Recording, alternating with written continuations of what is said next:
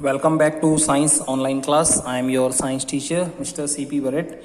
And what we were doing, we were actually solving the practice exercises of your chapter number 3, that is fiber to fabric. और हम लोग इस series में कहाँ पे पहुँच गए थे? हम लोगों ने very short answers question finish किए थे and after that short answers question start हो गया था और उसके क्वेश्चन नंबर 5 में हम लोग आए हुए हैं. What is sorter disease. ठीक है, you need not to worry at all. Why? Because I will send you the complete PDF after finishing of the chapter. Otherwise, in between the middle, I will send you the complete PDF of the chapter. मैं आपको इस पूरे chapter का complete PDF भेजूंगा. Wherever you have to write down only the question answers at your notebooks, जिसमें आपको केवल question answers, चाहे वो NCERT फोल्डर के हों, चाहे वो एक्स्ट्रा एक्सरसाइज वाले के हों, उसी को आपको अपनी नोटबुक्स में लिखना है.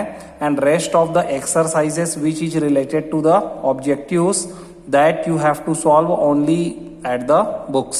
इसको केवल आपको बुक्स में ही करना है. ठीक है, ठीक. So we have to start question number 5. What is sorter disease. ध्यान देना, शॉर्टर डिजीज. ठीक है, शॉर्टर डिजीज एक्चुअल में शॉर्टकट में मैं पहले बता देता हूं. शॉर्टर डिजीज क्या होता है बेटा कि the people those who are working in the wool industry. ठीक है, वुल इंडस्ट्री में जो भी लोग काम करते हैं, चलो पढ़ते हैं. People those who are working in the wool industry. ठीक है, पीपल मतलब लोग, those who are working in the wool industry, जिन लोग की वुल इंडस्ट्री में काम करते हैं, जिन लोग ऐसी इंडस्ट्रीज में काम करते हैं, फैक्ट्रियों में काम करते हैं जहां पे वुल की प्रोसेसिंग की जाती है, जहां पे भेड़ के या फिर जितने भी वुल एल्डिंग एनिमल्स होते हैं उनके बालों से. ठीक है, बहुत सारे स्टेप्स होते हैं, हम लोगों ने पढ़ा. सीरिंग होता है, स्कोरिंग होता है, कॉम्बिंग होता है, शॉर्टिंग होता है. ठीक है, तो इन सब सारी जो प्रोसेस होती हैं, तो जिन लोग भी वुल इंडस्ट्री में काम करते हैं दे गेट इन्फेक्टेड. इन्फेक्टेड मतलब होता है बेटा शिकार हो जाना या पीड़ित हो जाना. ठीक है, बाय अ बैक्टीरियम. बैक्टीरियम क्या होता है और बैक्टीरिया क्या होता है आई डोंट नो, आपको पता हो, लेकिन बेटा बैक्टीरियम जो होता है ना, वो बैक्टीरिया का सिंगुलर है.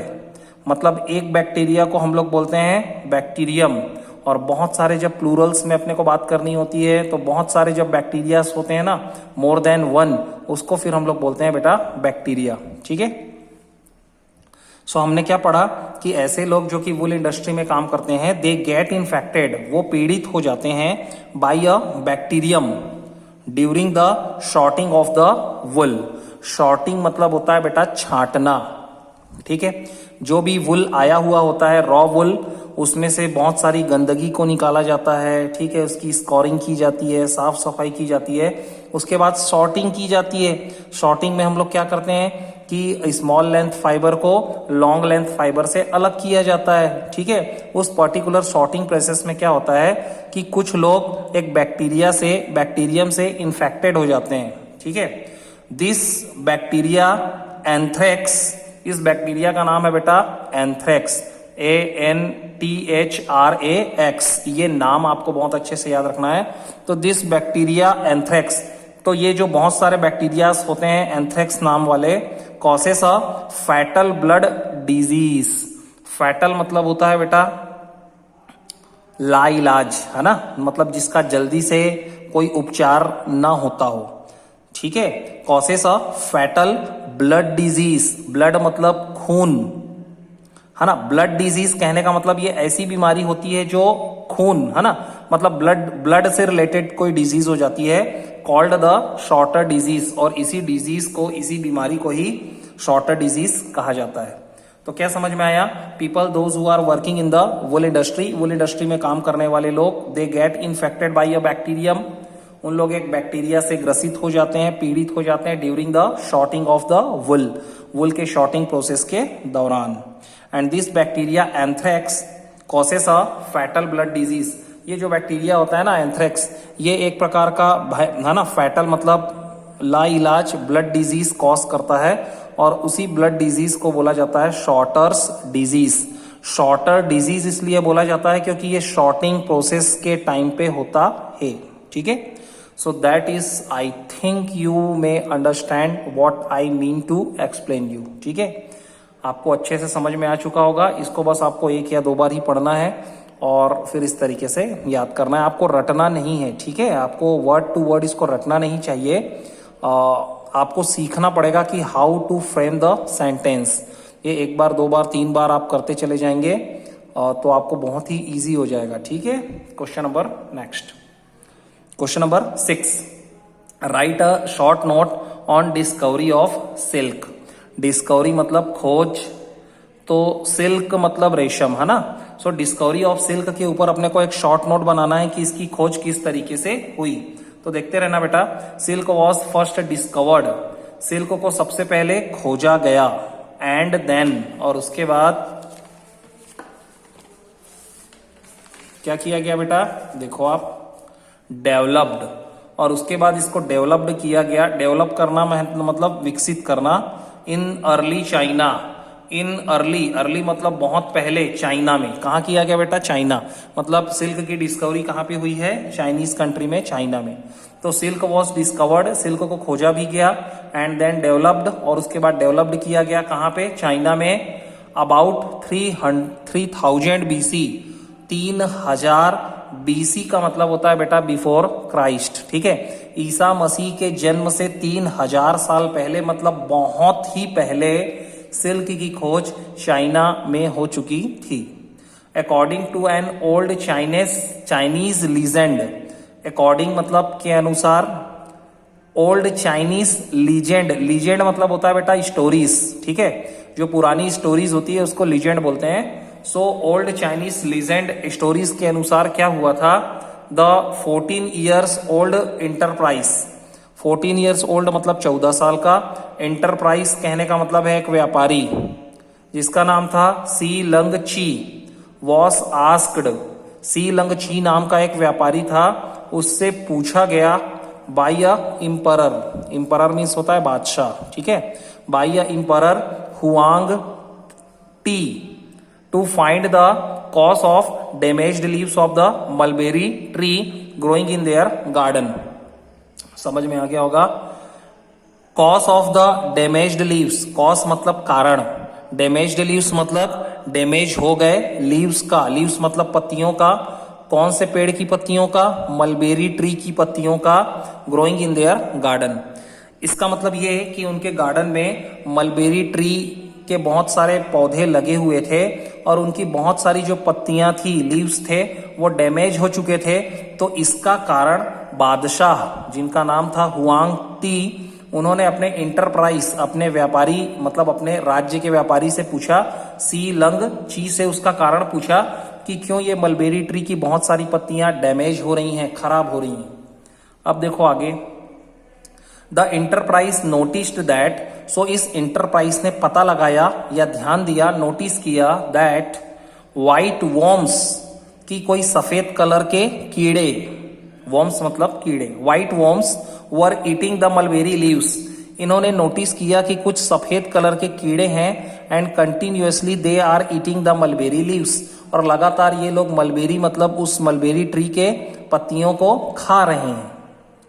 She also noticed that some big worms were spinning the cocoons around them. उसने, अच्छा ये लड़की थी, ठीक है, ये लड़की थी, ठीक है. She also noticed that. उसने यह भी नोटिस किया, ये जो सी लंग ची है ना, that is a girl. She also noticed that some big worms were. उसने ये भी नोटिस किया कि some big worms, कि कुछ बड़े जो worms थे, कीड़े थे, they were spinning कोकुन्स. ये लोग स्पिन कर रहे थे मतलब बुन रहे थे. कोकुन्स कहने का मतलब home of the silk worm. ये हम सब पढ़ चुके हैं कि सिल्क वॉर्म अपने लिए घर बनाता है, उसी को हम लोग कोकुन्स बोलते हैं. तो बहुत सारे जो बड़े कीड़े थे, है ना, दे वर स्पिनिंग द कोकुन्स. वे लोग लगातार कोकुन्स बुन रहे थे. अराउंड देम, अपने ही चारों ओर. हम सभी को मालूम होता है कि अपनी बॉडी के चारों ओर उन लोग कोकुन को बुनना स्टार्ट करते हैं. One cocoon fail into her cup of hot T. उसके बाद क्या हुआ, इसी तरीके का एक कोकुन, फेल मतलब गिर गया, into her cup of hot T, उनके गरम चाय की प्याली में. मतलब एक गर्म चाय की प्याली वो लेकर के गई होंगी, तो ये ऐसा ही एक कोकुन उन्होंने तोड़ करके लाया होगा, तो ऐसा ही एक कोकुन उनके गर्म चाय की प्याली में गिर गया। और हम सभी को मालूम है कि जब कोकुन को उबाला जाता है या उसको गर्म किया जाता है तो उसमें से धागा निकलना स्टार्ट हो जाता है, सिल्क के थ्रेड्स निकलना स्टार्ट हो जाते हैं। तो ऐसी घटना है ना, सडनली वहां पे क्या हुआ बेटा, अकर्ड हुआ। सडनली मतलब ये घटना पहले से कोई फिक्स तो थी नहीं, ये एक okay. She noticed where we were reading, she also noticed that some big worms were spinning cocoons around them। उसने ये बात भी नोटिस करी थी कि कुछ बड़े जो कीड़े थे they were spinning, वो बुन रहे थे, cocoons मतलब एक प्रकार का उनका होम होता है, around them वो अपने चारों ओर cocoons है ना, अपने रहने के लिए cocoons बुन रहे थे। one cocoon fell into her cup of hot T, उसमें से क्या होता है कि एक कोकुन जो होता है वो उनके गर्म चाय की प्याली में फेल मतलब गिर जाता है। And after that she noticed a delicate threads, she noticed तो उसने नोटिस किया कि एक डेलिकेट मतलब बहुत ही नाजुक सा, बहुत ही मुलायम सा, थ्रेड्स मतलब कि धागे जैसा, separated from the cocoon. Means what happened कि उस कोकुन से उसने ये बात नोटिस करी कि गर्म चाय की प्याली में गिरने के बाद जब उसने कोकुन उठाया होगा तो उसमें से एक डेलिकेट थ्रेड जैसा मटेरियल सेपरेटेड आउट मतलब बाहर आ रहा है। And later the queen learned how to reel the silk filaments, और बाद में रानी, आई थिंक ये जो लड़की के बारे में हम लोग पढ़ रहे हैं ना, एंटरप्राइज, ये उसकी वाइफ रही होगी, ये उसकी पत्नी रही होगी, ठीक है। जो ये सी लंग ची जिसके बारे में हम लोग अभी तक इतनी स्टोरी पढ़ रहे हैं, मतलब दो लोग की कहानी थी, एक एम्परर था हुआंग थी और उसकी जो वाइफ थी एंटरप्राइज सी लंग ची, इसने ये खोज करी है। So later the queen learned, बाद में उस क्वीन ने, रानी ने सीख लिया how to reel the silk filaments, कि किस तरीके से ये सिल्क फिलामेंट को, रील कहने का मतलब बाहर निकाला जाता है, कोकुन में से सिल्क के थ्रेड्स को कैसे प्राप्त किया जाता है, ये विधि उसने सीख ली। एंड दस द सिल्क वॉज डिस्कवर्ड, और यहां से ये बात पता चली कि इस तरीके से सिल्क की डिस्कवरी हुई। ये बात पता चल गई कि एक सिल्क वॉर्म होता है, वो अपने लिए जो घर बनाता है, कोकुन्स बनाता है, वहां से ही सिल्क थ्रेड प्राप्त किए जाते हैं। तो इस तरीके say that was the story behind that particular incident. इस पूरे के पूरे घटनाक्रम के पीछे ये स्टोरी थी that you come to know right now, जो आपको अब पता चल चुका है। तो that is the complete story, ठीक है। अच्छा भी लगा होगा आपको स्टोरी जैसा। नेक्स्ट क्वेश्चन नंबर 7 की तरफ बढ़ते हैं बेटा। ड्रॉ अ लेबल्ड डायग्राम, क्या लिखा हुआ है पढ़ो आप ध्यान से। क्वेश्चन नंबर 7 है draw a labelled diagram to show the life cycle of a silk moth. Silk moth के लाइफ साइकिल को बताने के लिए एक लेबल्ड डायग्राम बनाइए, ठीक है। सो ये पेज नंबर जो मैंने लिख रखा है उसी में मिलेगा आपको, पेज नंबर 47 फिगर 3.5E, ठीक है। कौन सा फिगर अपने को बनाना है, पेज नंबर 47, देखो that I am showing you in the book also. Book पे हम लोग चलते हैं पेज नंबर 47 तरफ की तरफ, दैट वी विल सी। देखो ये है पेज नंबर 47, ठीक है। दिखा आपको, ये पूरा का पूरा सिल्क मोथ की life cycle of the silk को बताया गया है। और हम लोगों को कौन सा बनाना है बेटा, फिगर 3.5E। लुक हियर, ये तो बड़े बड़े फिगर बने हुए हैं, है ना। तो अपने को ये जो छोटा सा फिगर है ये बनाना है, ये 1 2 3 4 5, ये 3.5E cocoon with history of the silk moth, developing the silk moth. यही चीज मैंने यहाँ पे लिख रखी है, देखो क्या लिख रखा है, पेज नंबर 47। आप देखो पेज नंबर 47 पे ही है, ये दिख रहा है ना। और यही चीज मैंने लिख रखी है page number 47 figure 3.5E, figure 3.5E cocoon with history of silk moth, यही लिखा हुआ है, cocoon with history of silk moth, developing the silk moth.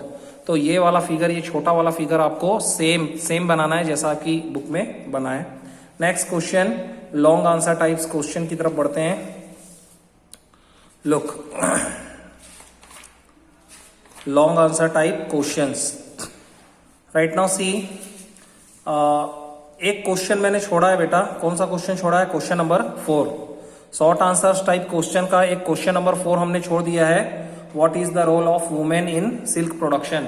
Meaning क्या हो रहा है, सिल्क प्रोडक्शन में वुमेन की भागीदारी के ऊपर अपने को we have to write some sentences. तो actually that is not available in the book में भी ये अवेलेबल नहीं है, and that is not the importance of the question is not here. ठीक है, इस क्वेश्चन का इतना इंपॉर्टेंस भी बनता नहीं है. सो जो जरूरी चीजें हैं वो सारी चीजें हमने पढ़ रखी है. That particular question it is not that much important, still it is given, कोई बात नहीं, उसको हम लोग छोड़ रहे हैं. तो लॉन्ग आंसर टाइप्स क्वेश्चन में आते हैं. लॉन्ग आंसर टाइप क्वेश्चन का क्वेश्चन नंबर फर्स्ट है बेटा, अब देखना, describe various steps used in the process of making wool.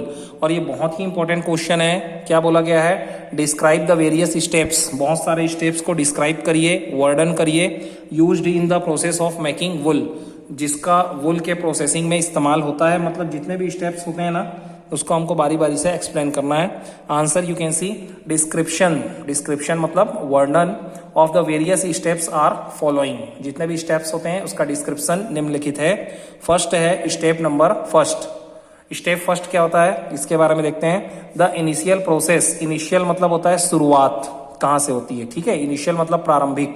The initial process in the processing of the raw wool, जो initial process होता है processing of the raw wool को प्राप्त करने की दिशा में, is the sorting of the woollen fibre. वो क्या होता है बेटा, शॉर्टिंग प्रोसेस होता है, sorting of the woollen fibre होता है. The fleece pulled apart by hand. Fleece कहने का मतलब जो फ्लीस हम लोग प्राप्त करते हैं ना शेयरिंग प्रोसेस के बाद जो फ्लीस हम लोग प्राप्त किए हुए होते हैं, उसको क्या किया जाता है बेटा, पुल्ड अपार्ट, उसको खींचा जाता है. पुलिंग मतलब खींचना. The fleece pulled apart with the help of the hand. हाथों के इस्तेमाल से जितने भी फ्लीस होता है, खाल होती है, उससे वुलन फाइबर्स को, रॉ वुल को पुल्ड अपार्ट मतलब खींचा जाता है. एंड शॉर्टेड कहने का मतलब छांटना, सेलेक्ट करना. Sorted into the separate piles of the similar nature wool. और सिमिलर नेचर वुल, एक जैसे नेचर वाले वुल को क्या किया जाता है, पाइल्स बनाया जाता है. पाइल्स कहने का मतलब ढेर. ठीक है, मतलब क्या कि fleece pulled apart with the help of the hand, उसकी खाल जो होती है उसको with the help of the hand, हाथों के इस्तेमाल से खींचा जाता है. एंड सॉर्टेड, और उसको सॉर्ट किया जाता है, छांटा जाता है, into the separate piles of the similar nature wool. एक जैसे दिखने वाले वुल की ढेरी बनाई जाती है, उनको अलग अलग किया जाता है. ठीक है, तो ये होता है step number first. And after that step number second, that you will see here. Step number second, see after the sorting. और इस सॉर्टिंग वाले प्रोसेस के बाद जब हम लोग स्मॉल लेंथ फाइबर और लॉन्ग लेंथ फाइबर को, या एक जैसे सिमिलर नेचर के जो वूल होते हैं, उनको हम लोग पूरी तरीके से सॉर्ट आउट कर चुके होते हैं, छांट चुके होते हैं, और उनका अलग अलग ग्रुप बना चुके होते हैं आफ्टर सॉर्टिंग प्रोसेस. ठीक है, the similar fibres are cleaned. Similar fibres मतलब एक जैसे जो फाइबर्स होते हैं, उनको क्लीन किया जाता है, उनको धोया जाता है. इट इज बिकॉज, ऐसा इसलिए किया जाता है, the raw wool contains an oily substance. क्योंकि जो रॉ वुल होता है, ऐसा इसलिए किया जाता है क्योंकि जो रॉ वुल होता है, ठीक है, कंटेन्स एन ऑयली सब्सटेंस, उसमें बहुत सारे ऑयली सब्सटेंस लगे हुए होते हैं. लाइक ग्रीस, क्या क्या हो सकते हैं, ये ग्रीस भी हो सकता है, डर्ट भी हो सकता है, डस्ट भी हो सकता है. इस तरीके के ऑयली सब्सटेंस उसमें चिपके हुए रहते हैं, लगे हुए रहते हैं. किसमें, उसकी फ्लीस में. The process of cleaning the raw wool is called scouring. अब यही बात बोली गई है, the process of cleaning the raw wool. तो ये जो रॉ वुल होता है, उसके क्लीनिंग का जो प्रोसेस होता है, उसको साफ सफाई करने का जो प्रोसेस होता है, इट इज कॉल्ड स्कोरिंग. इस प्रोसेस को स्कोरिंग बोलते हैं, इसी प्रोसेस को स्कोरिंग कहते हैं. ये पहले भी पढ़ चुके हैं. नंबर थर्ड स्टेप में आते हैं. The scoured woollen fibre. Scoured कहने का मतलब धोया गया, जिसकी स्कोरिंग हो चुकी है.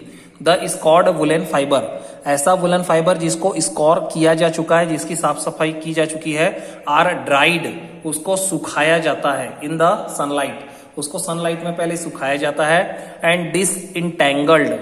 डिसइंटेंगल कहने का मतलब है बेटा कि उसको अलग अलग किया जाता है. देखो, इंटेंगल मतलब होता है उलझना, और डिसइंटेंगल मतलब होता है कि सुलझाना. फॉर एग्जाम्पल, आपको अगर डोरी, अब कई बार आपने देखा होगा कि जो रस्सियां होती हैं आपस में उलझ जाती हैं, फिर उसको हम लोग उसकी नॉट ढूंढ ढूंढ करके उसको सुलझाते हैं, ठीक है। तो सुलझाना, डिसइंटेंगल्ड का करेक्ट मीनिंग समझ लो आप, सुलझाना। The scoured woollen fibres are dried, scoured किए गए वुलन फाइबर्स को पहले सुखाया जाता है, एंड आफ्टर दैट डिसइंटेंगल्ड, उसको सुलझाया जाता है। दे आर देन स्ट्रेटेंड, और उसके बाद उसको सीधा किया जाता है। स्ट्रेटेंड कहने का मतलब सीधा करना। Into the continuous form, continuous form मतलब लगातार, ठीक है। मतलब उसको कहीं पे भी बिल्कुल वो मुड़ा हुआ ना हो, उसको पूरी तरीके से सीधा किया जाता है बाय अ कार्डिंग मशीन, एक कार्डिंग मशीन के द्वारा उसको बिल्कुल स्ट्रेटेंड किया जाता है, सीधा किया जाता है, ठीक है। The process of drawing woollen fibres into the straight continuous form is called carding. तो एक ऐसा प्रोसेस जिसमें ड्रॉइंग द वुलन, ड्रॉ मतलब प्राप्त करना, ठीक है। The process of drawing the woollen fibres into the straight continuous form, woollen fibres को स्ट्रेट कंटिन्यूअस फॉर्म के रूप में प्राप्त करने वाला जो प्रोसेस होता है, that particular process is called carding. इस प्रोसेस को ही कार्डिंग कहते हैं। स्टेप नंबर 4 देखो, क्वेश्चन थोड़ा बड़ा है बेटा, कोई बात नहीं। स्टेप नंबर 4 है, इन द फोर्थ स्टेप, चौथे स्टेप में क्या होता है, द वुलन यान which is obtained from the carding machine, कि कार्डिंग मशीन से जो प्राप्त हुआ होता है वुलन यान, वुलन यान जो कि कार्डिंग मशीन से प्राप्त किया जाता है, is converted into the cloth, उसी यान को फैब्रिक के रूप में, क्लॉथ के रूप में कन्वर्ट किया जाता है। और यान से फैब्रिक बनाने के 2 मेथड होते हैं, देयर आर द 2 सिस्टम्स। यहाँ पे 2 मेथड होते हैं जिसके थ्रू वुलन यान को, कार्डिंग मशीन से प्राप्त किए गए वुलन यान को फैब्रिक में या वुलन की क्लॉथ में कन्वर्ट किया जाता है, और उसके 2 मेथड होते हैं। फर्स्ट होता है woollen system and second one is the worsted system, नाम है ये woollen system and worsted system. These are the names, ये ऐसे 2 नाम है by which the woollen yarn is converted into the woollen cloth, जिसके through woollen yarn woollen cloth में या फैब्रिक में कन्वर्ट होता है। राइट नाउ सी, दोनों प्रोसेस के बारे में थोड़ा सा मैंने लिखा है, लेंदी है थोड़ा सा क्वेश्चन बेटा, नो प्रॉब्लम, इसीलिए मैं आपको समझा रहा हूं, और जरूरी नहीं, सभी चीज लिखना जरूरी नहीं है, शॉर्टकट में आप समझो। ए, वुलन सिस्टम, वुलन सिस्टम को समझते हैं। इन this case woollen fibres of the mixed length, इस पर्टिकुलर केस में क्या होता है कि woollen fibres of the mixed length, mixed length कहने का मतलब है उसमें छोटा भी हो सकता है वो फाइबर, बड़ा भी हो सकता है, मीडियम लेंथ का भी हो सकता है। मतलब वुलन सिस्टम एक ऐसा सिस्टम होता है जिसमें हर लेंथ के वुलन फाइबर को कंसीडर किया जाता है, चाहे वो बहुत ज्यादा शॉर्ट लेंथ के हों, चाहे मीडियम लेंथ के हों, चाहे बहुत ज्यादा हायर लेंथ के हों, मतलब मिक्स्ड लेंथ के फाइबर को कंसीडर किया जाता है। एंड दे आर कार्डेड, और उसको फिर कार्डिंग मशीन में डाला जाता है ताकि हमको वुलन यान मिल सके। And then spun to form the, वही चीज लिखी हुई है, they are carded and then spun to form the woollen yarn, और बाद में इसको स्पन करके वुलन यान के रूप में कन्वर्ट किया जाता है। फैब्रिक्स मेड फ्रॉम दिस यान does not have the smooth surface, आगे ये बात बताई गई है कि ऐसा fabrics which is made from this यान, जो कि इस पर्टिकुलर यान या धागे से बनाया जाता है, does not have the smooth surface, इसका सरफेस स्मूथ नहीं होता है, या फिर ये बोले कि ये स्मूथ सरफेस फाइबर नहीं होते हैं, रफ सरफेस फाइबर होता है, इतनी ज्यादा फिनिशिंग नहीं होती है, ये कपड़ा इतना अच्छा नहीं बन के आता है क्योंकि स्मूथ सरफेस नहीं होता है। मतलब कई बार आपने ऐसे भी स्वेटर्स पहने होंगे बेटा जो गड़ते हैं, है ना, जो अपने को चुभते हैं, तो उस तरीके के फैब्रिक इससे बनते हैं। या यूं कहें कि स्वेटर्स बनाने में ज्यादातर इसका इस्तेमाल नहीं होता है, मैट्स बनाने में और भी कोई दूसरे वुलन के सॉल्स बनाने में इसका यूज कर सकते हैं, और यू कैन से ब्लैंकेट्स बनाने में, कंबल बनाने में इसका यूज कर सकते हैं, बट जनरली वुलन क्लॉथ्स में इसका यूज नहीं करते हैं। बी देखते हैं, worsted system. Right now what is there about the worsted system? In this case initially, इस केस में क्या किया जाता है बेटा, इनिशियली मतलब शुरुआत में, the woollen fibres are combed, सबसे पहले तो जो वुलन फाइबर्स हमको मिला रहता है उसको कॉम्ड किया जाता है, कॉम्ड मतलब उसकी कंघी की जाती है, विच separate the long fibres from the short fibres, और इस कॉम्बिंग वाले प्रोसेस के दौरान जितने भी लॉन्ग लेंथ के फाइबर होते हैं वो शॉर्ट लेंथ वाले फाइबर से अलग हो चुके होते हैं। ठीक है। The long fibres are then spun, उसके बाद जो लॉन्ग लेंथ के फाइबर होते हैं उन्हीं को स्पन किया जाता है, उन्हीं को आपस में बहुत सारे धागों को आप स्पन करना मतलब बहुत सारे फाइबर्स को आपस में जोड़ करके एक मोटा धागा बनाना।